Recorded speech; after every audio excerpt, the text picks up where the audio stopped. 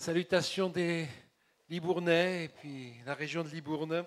Nous servons le Seigneur depuis 2 ans et demi presque maintenant. Nous sommes heureux d'être là, de pouvoir partager aussi, c'est vrai, cette parole. Je pensais tout à l'heure quand Alain, mon beau-frère, si vous ne savez pas, on est beau-frère, et pas que beau, comme disait quelqu'un, qui parlait de la famille. Je pensais à ce témoignage dans un pays où l'évangile n'avait pas sa place, où les chrétiens étaient persécutés, mis en prison, parfois mis à mort. Une jeune fille chrétienne qui revenait d'une rencontre avec ses frères et sœurs a été arrêtée par la milice et on lui a demandé d'où elle venait, tant qu'elle a été très ennuyée, mais pas longtemps. Et elle a eu cette pensée: eh bien, je reviens d'une réunion de famille. Notre frère aîné est mort, donc nous avons ouvert son testament et nous nous sommes partagés l'héritage. Et c'est ce que nous faisons aujourd'hui. Par la grâce de Dieu, nous sommes dans un pays où nous avons la liberté de nous réunir, de louer le Seigneur, de le servir ensemble, de partager sa parole. Et oui, l'important, c'est pas nous finalement, c'est Jésus. Pour nous, c'est Jésus, mais pour Jésus, c'est nous.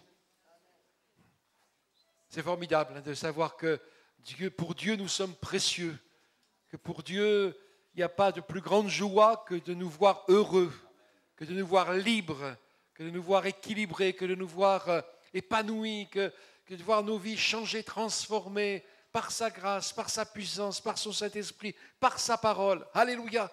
Alors, celui que nous allons élever ce matin encore, c'est le Seigneur. Nous l'avons déjà fait par la louange chantée, la louange parlée, notre cœur qui s'exprime, mais nous allons encore élever le Seigneur par sa parole. Amen. Et le thème de ce matin, c'est moi. Non, pas Gérald Charondière, mais Jésus qui dit, c'est moi. Nous allons simplement voir deux contextes, deux textes bibliques, deux occasions et deux domaines dans lesquels le Seigneur nous dit, à nous qui sommes ici, c'est moi, c'est moi. Vous vous rappelez, après la tempête apaisée, les disciples de Jésus disent, mais qui est celui-ci à qui obéissent même le vent et la mer? Pourtant, ils marchaient avec lui depuis quelque temps déjà. Mais là, ils découvrent quelque chose de nouveau. Ils découvrent un Jésus plus grand que ce qu'ils avaient compris. Un Jésus plus puissant, plus précis dans ses actions que ce qu'ils avaient connu jusque-là. Et je crois que jusqu'au bout, je suis même certain que jusqu'au bout, nous avons encore à découvrir Jésus. À découvrir qui il est en tant que Jésus et qui il est pour nous personnellement. Et puis même Jean-Baptiste, pourtant, Jésus a dit de lui qu'il n'y en avait pas paru de plus grand. Puis à un moment donné où il se trouve dans une difficulté, il envoie poser cette question: es-tu celui qui devait venir ou devons-nous en attendre un autre?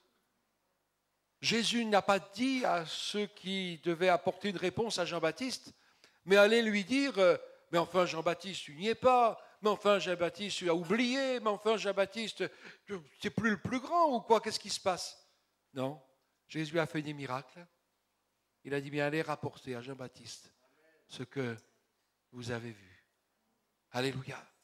Alors c'est vrai qu'on peut être dans des circonstances difficiles, dans des circonstances où on a l'impression de ne pas être au top, au contraire au bottom, puisque top en anglais, le contraire c'est le bottom, et en bas, au creux de la vague. Mais ce n'est pas pour ça que Jésus va nous rejeter. Ce n'est pas pour cela que Jésus va nous écraser, nous laisser écraser par notre petitesse, nos limites, nos incompréhensions, nos péchés peut-être, mais il vient pour nous relever. Alléluia. Alors le premier texte se trouve dans l'évangile de Matthieu, chapitre 14, à partir du verset 24. C'est moi, Jésus, qui calme la tempête. C'est moi, Jésus, qui calme la tempête. Matthieu 14, 24 à 33. La barque, déjà au milieu de la mer, était battue par les flots car le vent était contraire. À la 4e veille de la nuit, Jésus alla vers eux, marchant sur la mer. Quand les disciples le virent marcher sur la mer, ils furent troublés et dirent « C'est un fantôme !» Et dans leur frayeur, ils poussèrent des cris. Jésus leur dit aussitôt, « Rassurez-vous, c'est moi, n'ayez pas peur. » Pierre lui répondit, « Seigneur, si c'est toi, ordonne que j'aille vers toi sur les eaux. » Et il dit, « Viens. » Pierre sortit de la barque et marcha sur les eaux pour aller vers Jésus. Mais voyant que le vent était fort, il eut peur, et comme il commençait à enfoncer, il s'écria, « Seigneur, sauve-moi !» Aussitôt Jésus étendit la main, le saisit et lui dit, « Homme de peu de foi, pourquoi as-tu douté ?» Et ils montèrent dans la barque et le vent cessa. Ceux qui étaient dans la barque vinrent se prosterner devant Jésus et dirent, « Tu es véritablement le Fils de Dieu. Amen. » Comme votre pasteur le disait tout à l'heure, si quelqu'un ne connaissait pas vraiment Jésus ce matin au milieu de nous, eh bien qu'en repartant, vous puissiez dire comme ses disciples, « Tu es véritablement le Fils de Dieu. Tu es véritablement celui qui est venu pour sauver mon âme, véritablement celui qui veut prendre ma vie en charge et en faire une vie qui soit à ta gloire, une vie qui n'est plus, qui n'est plus écrasée par les ténèbres, par mes manquements, par tout ce qu'on m'a dit, tout le mépris qu'on a eu envers moi, mais une vie qui peut s'épanouir à ta lumière. Alléluia. Il est dit dans ce texte que le vent était contraire. Ça vous arrive de rencontrer des vents contraires dans votre vie? J'ai l'impression. Je crois que chacun, tôt ou tard, nous rencontrons des vents contraires. Je ne sais pas si ça vous est déjà arrivé physiquement d'avoir un vent contraire, un vent de la météo. Ce n'est pas facile d'avancer. Ce n'est pas facile même de garder les yeux ouverts. Ce n'est pas facile d'y voir clair. Ce n'est pas facile d'aller de l'avant. Et dans notre vie en tant qu'individu, comme dans notre vie en tant qu'Église, nous connaissons aussi des épreuves. Jésus ne nous a pas dit « Venez à moi, votre chemin sera comme pour les mariés, parsemé de pétales de rose. » Il n'a pas dit qu'il ne pleuvra plus jamais, il n'y aura plus jamais d'orage, mais il a promis une chose, je suis avec vous tous les jours jusqu'à la fin du monde. Alors ce matin, si quelqu'un se trouve dans la tempête, bien Jésus se lève et il dit, c'est moi. C'est moi. Peut-être qu'il y a bien des vents contraires, des vents d'épreuve qui soufflent sur votre vie. Jésus se lève et il dit, c'est moi. C'est vrai que dans un premier temps, les disciples ont dit, c'est un fantôme. C'est un fantôme. Parce que quand on est dans l'épreuve, il arrive qu'on ne reconnaisse pas Jésus. Il arrive qu'on oublie qui est Jésus. Il arrive qu'on oublie même les expériences merveilleuses que l'on a vécues avec lui. Parce qu'on est, aveuglé, obnubilé par cette épreuve. On ne pense à rien d'autre. C'est comme une obsession. Et puis on se dit, mais je ne vais jamais m'en sortir. Mais c'est trop dur pour moi. Ça fait trop longtemps que ça dure. C'est trop profond. Je n'arrive pas à gérer les choses. C'est un fantôme. Seigneur, où es-tu? Jésus pourtant se présente sur nos vies, sur notre chemin. Il n'a pas oublié nos vies. Il ne nous a pas oubliés, il est là. Je suis avec vous tous les jours jusqu'à la fin du monde. Mais dans l'épreuve, il arrive parce que nous sommes des êtres humains, parce que nous vivons sur la terre, que nous oublions que Jésus est là, qu'il a fait des promesses et qu'il les accomplit. Alors ce matin, Jésus se lève et il ne dit pas « Oh, qu'est-ce que tu es là? Qu'est-ce qui t'arrive ?» Non, il dit « C'est moi, c'est moi. » Et sur le plan de l'Église, ça arrive aussi, que les vents contraires se dressent. Mais Jésus se lève aussi et il dit « C'est moi. » Je pense qu'il n'y a pas une église locale qui ne passe en tant qu'église par la tempête. Pas une. Mais il n'y a pas une église locale dans laquelle Jésus ne se lève pour dire « C'est moi. Je suis là. Je suis là. Je n'ai pas oublié. Je n'ai pas abandonné. » Et puis même si l'épreuve parfois est le résultat de nos inconséquences, même si l'épreuve parfois est le résultat du fait que nous n'avons pas écouté les conseils du Seigneur, même si l'épreuve, il arrive qu'elle vienne de notre insouciance, de notre négligence, parfois de notre caractère. Vous savez, on dit de certaines personnes, il a du caractère. Parce qu'on ne veut pas dire qu'il a mauvais caractère. Même si l'épreuve, elle provient de nos réactions qu'on n'aurait pas dû avoir. Et le Seigneur se lève quand même et il dit, c'est moi. Parce qu'il sait de quoi nous sommes formés. Il se souvient que nous sommes poussière. Et il a pitié de nous. Alléluia. Et la barque dans laquelle se trouvaient les disciples, il est dit qu'elle était battue par les flots. Mais Jésus est là. Alléluia. Jésus est là. Jésus est là, marchant sur la mer. Vous savez que dans la parole de Dieu, souvent la mer, nous pouvons la prendre comme l'image de ce monde dans lequel nous sommes, et la barque, bien sûr, l'image de notre vie. Eh bien, Jésus est plus grand que ce monde dans lequel nous sommes. Jésus est plus grand que les épreuves que nous traversons. Jésus est plus grand que les tempêtes qui soufflent sur nos vies. Jésus est plus grand, il marche sur la mer. Il y a la tempête, la mer est déchaînée, mais peu importe, il est toujours le maître. La question, bien sûr, est de savoir s'il est encore le maître de ma vie, s'il est encore le maître de votre vie, s'il a encore la liberté de se lever et de dire « c'est moi ». Alors Seigneur, oui, c'est toi, pas seulement mon sauveur, mais mon maître. On parlait d'une vie à 100% pour le Seigneur. Parfois, on rencontre des chrétiens qui ne sont pas pleinement heureux, pleinement épanouis. Et puis on se rend compte, en parlant avec eux, que le problème, ce n'est pas qu'ils ne connaissent pas Jésus, ce n'est pas qu'ils ne sont pas sauvés, mais c'est qu'ils ont accepté Jésus comme sauveur, mais pas comme maître. Pour être pleinement heureux, pour être pleinement libre, Jésus doit non seulement être notre sauveur, mais aussi notre maître. Et je vous rappelle ce que nous disions jeudi matin, je crois, Jésus c'est toujours un bon maître. Nous n'avons pas à nous méfier de lui. Alors si peut-être on peut employer un autre terme, c'est un bon patron. Jésus a dit, d'autres maîtres ont régné sur vous, des maîtres méchants et implacables. Mais moi, je suis non seulement le bon maître, mais le bon berger. Alléluia. Il est plus grand que vos circonstances. Il est plus grand que votre épreuve. Il est plus grand, pas pour la négliger, pas pour ne pas s'en occuper, mais il est plus grand pour la maîtriser et pour l'arrêter. Alléluia. Alors le Seigneur, il dit, rassurez-vous. Je ne sais pas comment il l'a dit.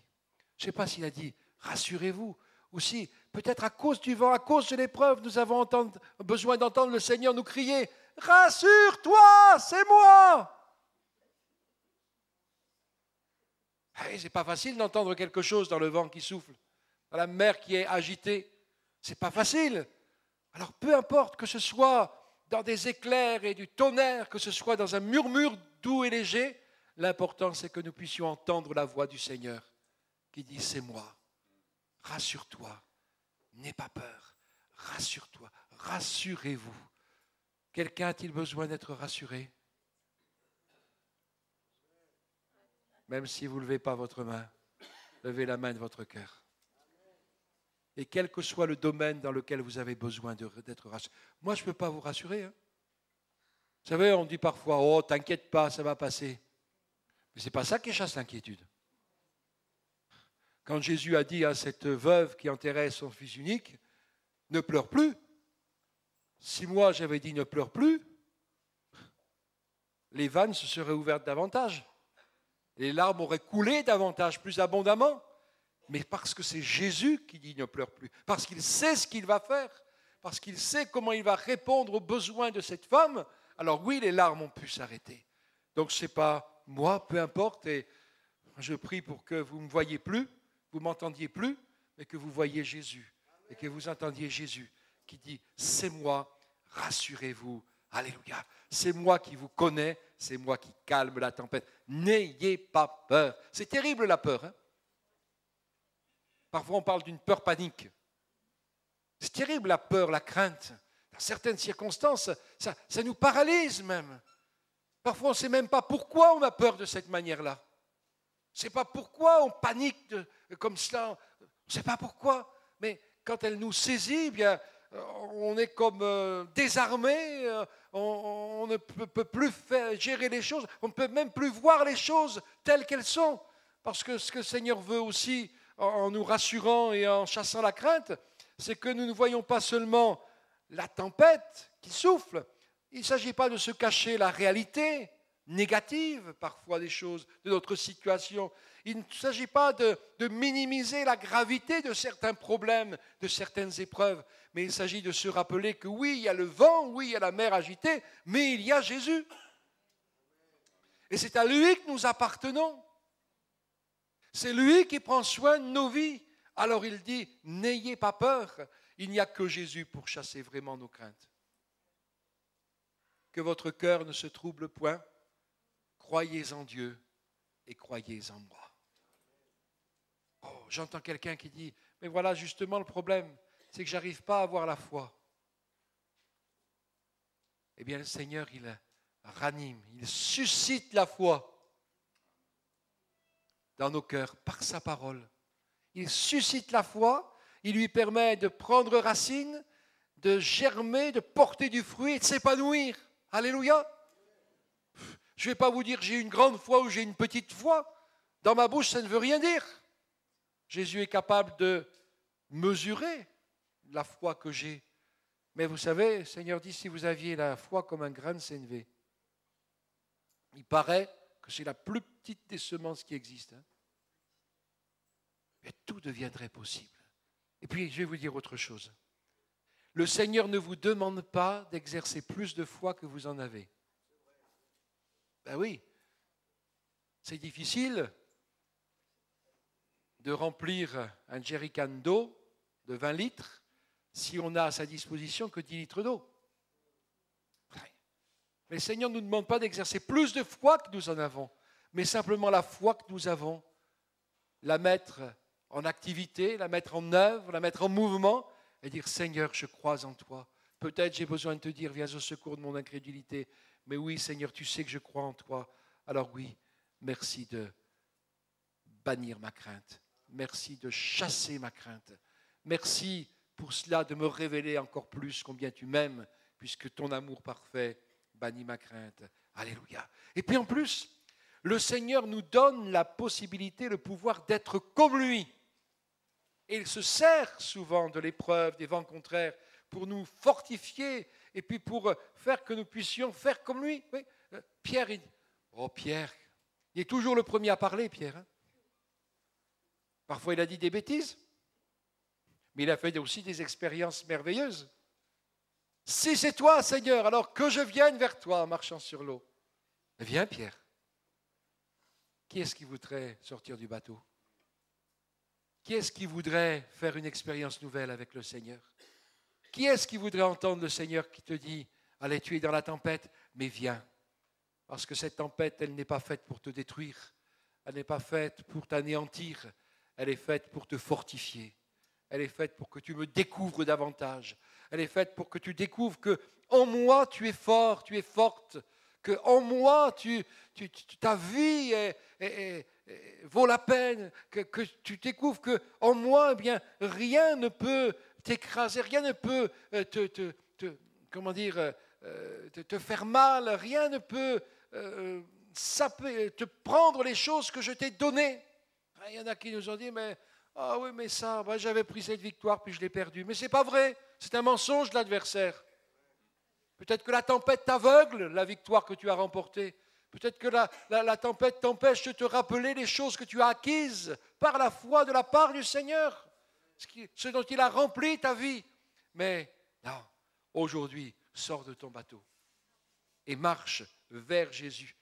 Et puis, ce pauvre Pierre, on lui a souvent jeté la pierre. Oh, ben Pierre, pourquoi tu as regardé? Pourquoi tu as détourné les yeux de Jésus? Pourquoi? Qu'est-ce que nous aurions fait à sa place? Non, pas qu'est-ce que nous aurions fait à sa place. Qu'est-ce que nous faisons à sa place dans la tempête? Alors Jésus lui a fait un grand sermon alors qu'il était en train de couler. C'est ça? Non? Pierre est en train de couler. Que fait Jésus? Il le prend par la main et il le délivre de la mort. Alléluia. Ah oui. Après, il va lui apprendre la leçon, bien sûr. Il va lui dire les choses qu'il a à lui dire. Mais quand on est en train de couler, Jésus ne va pas nous enfoncer davantage. Jésus ne va pas nous faire la leçon. Jésus nous tend la main et sa main est tendue vers toi ce matin pour te sortir des eaux tumultueuses, pour te sortir de ce qui te coule, pour te sortir de ce qui est en train de te détruire. C'est moi, Jésus, qui calme la tempête. Amen. Nous allons aller dans l'évangile de Jean, chapitre 18. Jean, chapitre 18, pour regarder une autre circonstance où Jésus se présente en disant « C'est moi, Jésus, qui fait reculer l'ennemi. » Alléluia. C'est moi, Jésus.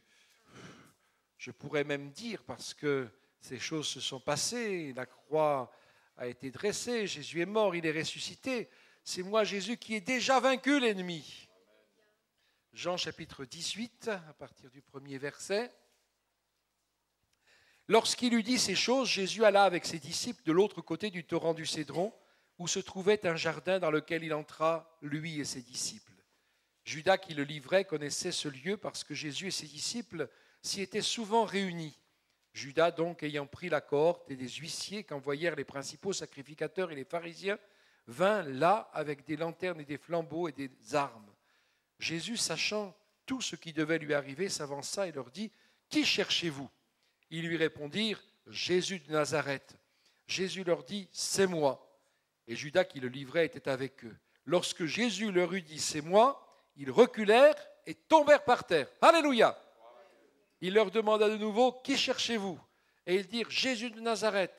Jésus répondit « Je vous ai dit que c'est moi. Si donc c'est moi que vous cherchez, laissez aller ceux-ci. » Il dit cela afin que s'accomplisse la parole qu'il avait dite « Je n'ai perdu aucun de ceux que tu m'as donnés. » Simon-Pierre, qui avait une épée, la tira, c'est encore lui, tiens, frappa le serviteur du souverain sacrificateur et lui coupa l'oreille droite. Ce serviteur s'appelait Malchus. Jésus dit à Pierre, remets ton épée dans le fourreau, ne boirai-je pas la coupe que le Père m'a donnée à boire. Amen. Alors si Jésus se lève pour nous dire à nous, ses enfants, c'est moi, rassurez-vous, n'ayez pas peur, il se lève aussi pour dire à l'ennemi de nos âmes, pour dire à nos circonstances adverses, pour dire à tout ce qui voudrait nous faire du mal et saper notre foi, c'est moi. Et comme ce jour-là, eh bien, ceux qui ont entendu cette parole, c'est moi, ont été obligés de reculer et ils sont tombés par terre. Jésus est le grand vainqueur. Rien ne lui a résisté, rien ne peut lui résister.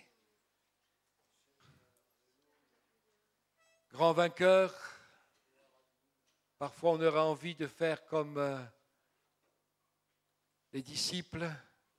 Seigneur, tu veux qu'on commande au feu du ciel de tomber sur eux et de les anéantir tous? Ah, il est encore là, Pierre. Non. Jésus, grand vainqueur de la croix. Jésus, grand vainqueur sur les ténèbres. Jésus, grand vainqueur sur la maladie. Jésus, grand vainqueur sur notre perdition. Jésus, grand vainqueur sur les sentiments de nos cœurs, sur les pensées de notre esprit. Jésus, grand vainqueur, mais qui vient tout simplement. Il n'y a pas besoin d'attendre de choses spectaculaires. Il n'y a pas besoin d'attendre peut-être, je ne sais pas, un flash, un éclair ou autre. Oui, c'est vrai, Jésus peut se faire voir dans une vision comme notre frère le disait tout à l'heure par rapport à une chrétienne. Mais oui, mais Jésus, il se révèle dans sa parole. Quand nous lisons la parole de Dieu, quand nous lisons l'Évangile, nous voyons Jésus. Nous voyons Jésus et nous voyons Jésus le grand vainqueur. Quand on a voulu le faire roi, bien, il s'est faufilé parmi la foule et ils ne l'ont plus trouvé. Quand on a voulu qu'il règne sur un lopin de terre, eh bien, non, ce n'était pas cela. Ce que Jésus veut, c'est que dans nos cœurs, son œuvre se fasse, son œuvre d'amour. C'est moi, alléluia, Jésus qui fait reculer l'ennemi. Il nous a dit qu'il s'est rendu dans ce jardin qui était de l'autre côté du Cédron. Rappelez, dans l'Ancienne Alliance, dans l'Ancien Testament, le torrent du Cédron, c'est là où on brûlait toutes les impuretés que l'on retirait du temple et puis plein d'autres choses. Et c'est l'image de ce pas que nous avons fait, de cette porte que nous avons franchie, de ce torrent que nous avons franchi, le jour où nous nous sommes engagés avec le Seigneur.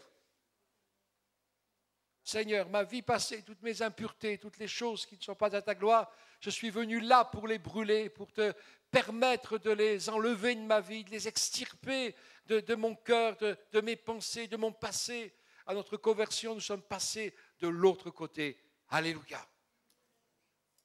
Et Jésus, avec ses disciples, ils viennent là dans le jardin. Dans le livre du Cantique des Cantiques, le bien-aimé dit « J'entre dans mon jardin ». Ici, c'est le jardin du Seigneur. Ta vie, c'est le jardin du Seigneur. Il vient pour y cueillir du fruit. Et quand s'il n'y a pas de fruit, il ne va pas faire comme pour le figuier qu'il a maudit. S'il n'y a pas de fruit, il va émonder les choses. Et l'épreuve dont nous parlions tout à l'heure sert aussi à émonder notre vie de ce qui ne porte pas de fruit, de ce qui n'en vaut pas la peine, de ce qui est sec et mort. Et le Seigneur vient pour nous aider à porter du fruit. Alléluia. Il veut se réjouir dans nos vies. Ouais, c'est vrai, nous le disons souvent, nous les pasteurs, dans les cultes, mais le Seigneur veut se réjouir avec nous. Et nous voulons nous réjouir avec lui. Alléluia. C'est vrai que dans le monde où nous sommes, parler de joie, parler de paix, parler de bonheur, on a l'impression qu'on est en décalage. Mais où existe encore la joie? Où est-ce qu'on trouve encore la paix? Parler de bonheur, mais n'est-ce pas, une insulte à ceux qui sont malheureux, à ceux qui sont au chômage, à ceux qui sont malades, à ceux qui ont le cancer, à ceux qui sont près de mourir, à ceux qui sont dans le deuil. Mais non, parce que le bonheur du croyant, il ne dépend pas des circonstances. La joie du croyant ne dépend pas des circonstances. La paix du croyant ne dépend pas des circonstances. Oh oui, même les circonstances qui font que nos larmes coulent, même les circonstances qui font que notre cœur saigne, même les circonstances qui font que c'est difficile, eh bien, dans ces circonstances-là, nous pouvons faire l'expérience encore de la joie, de la paix et du bonheur d'appartenir à Jésus-Christ. Parce que ces choses, elles dépendent de notre relation avec lui, de la manière dont nous le recevons dans nos vies. Amen. Et puis, il est précisé que Jésus et ses disciples s'étaient souvent réunis dans cet endroit. Vous aimez vous réunir avec les frères et sœurs autour de Jésus? Il n'y a pas eu beaucoup d'écho. Hein? Vous aimez vous réunir avec vos frères et sœurs autour de Jésus? Ah, je sais, si nous en revenons à l'épreuve, dans ces moments-là, on n'a pas envie de rencontrer qui que ce soit. On n'a pas envie même d'entendre de bonnes paroles de ceux qui nous aiment le plus. On n'a pas envie de voir qui que ce soit. On n'a pas envie. Et pourtant, c'est là qu'on en a le plus besoin.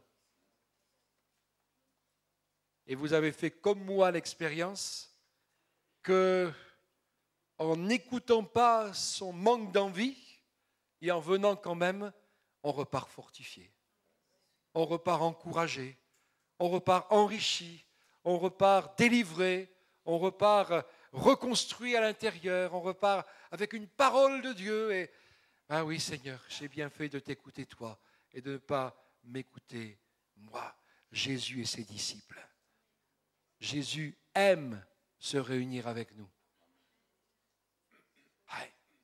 Il aime se réunir avec nous dans le secret de notre chambre, et c'est indispensable, mais il aime se réunir avec nous quand nous sommes son Église réunie. Peu importe le lieu, le bâtiment où on se trouve, ou même à l'extérieur, en plein air, Jésus et ses disciples aimaient cet endroit parce que souvent ils s'y étaient retrouvés. C'est moi. Il suffit que Jésus se présente. Les démons fuient.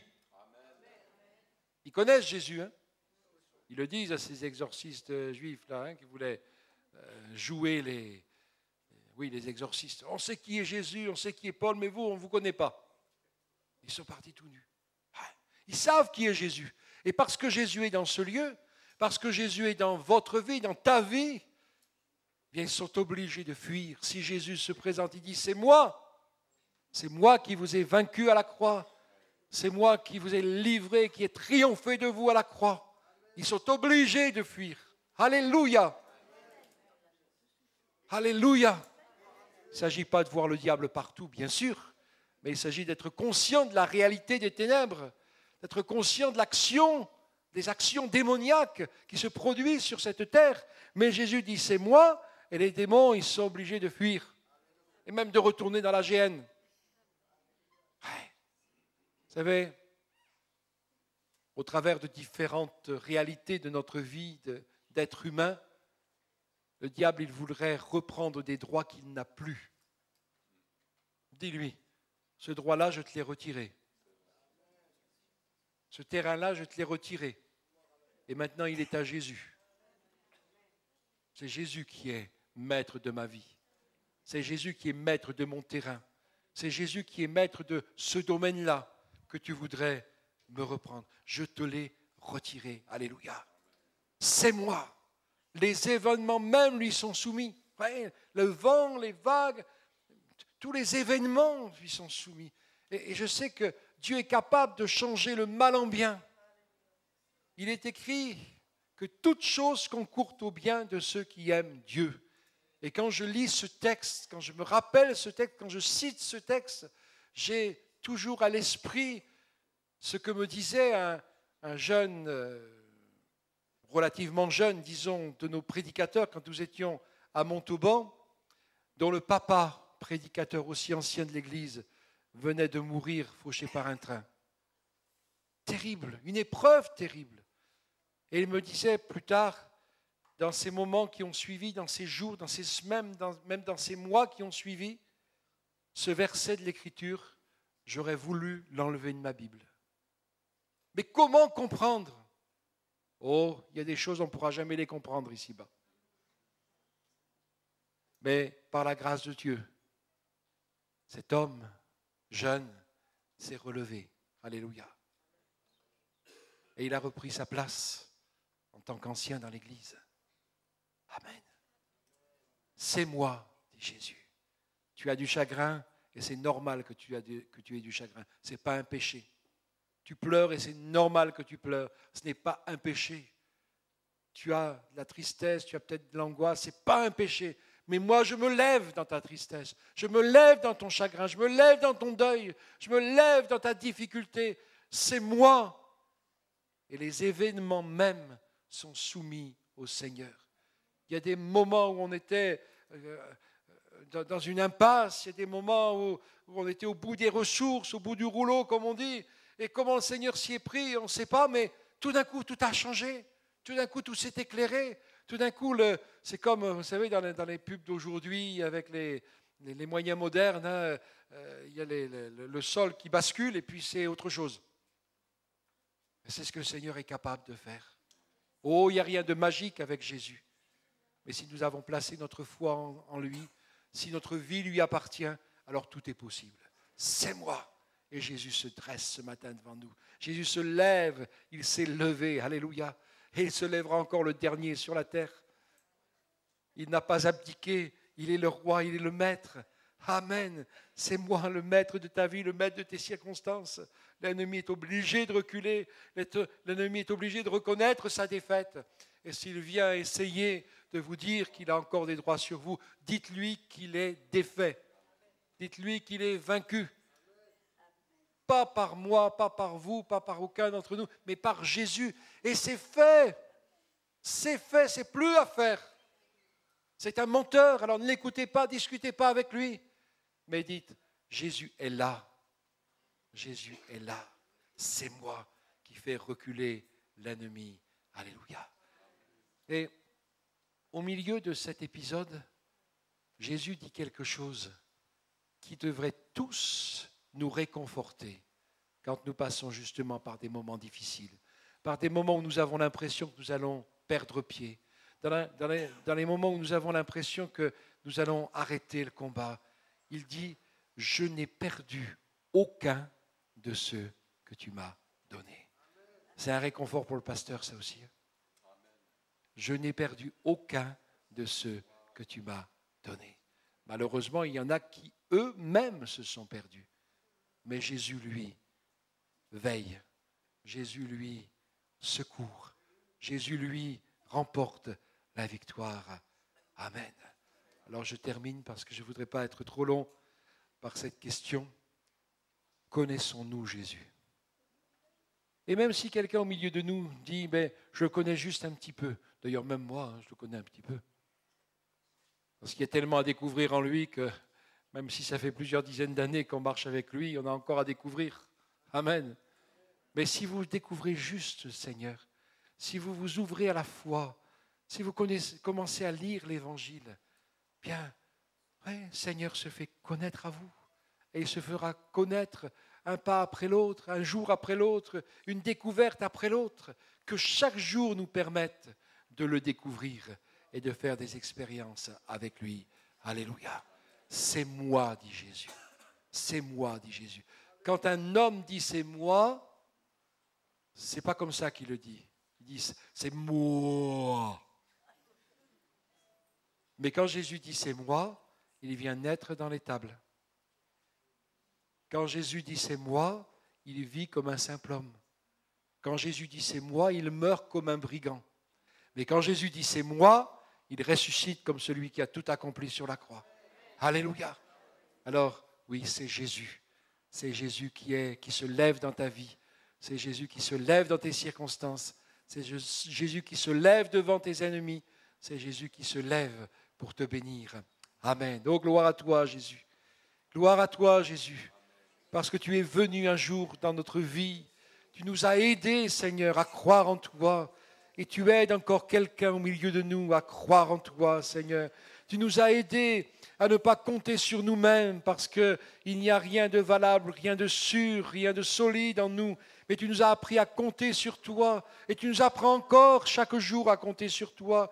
Merci Seigneur, parce que tu es celui qui est fidèle à ta parole, à tes promesses. Tu es celui qui n'a rien oublié.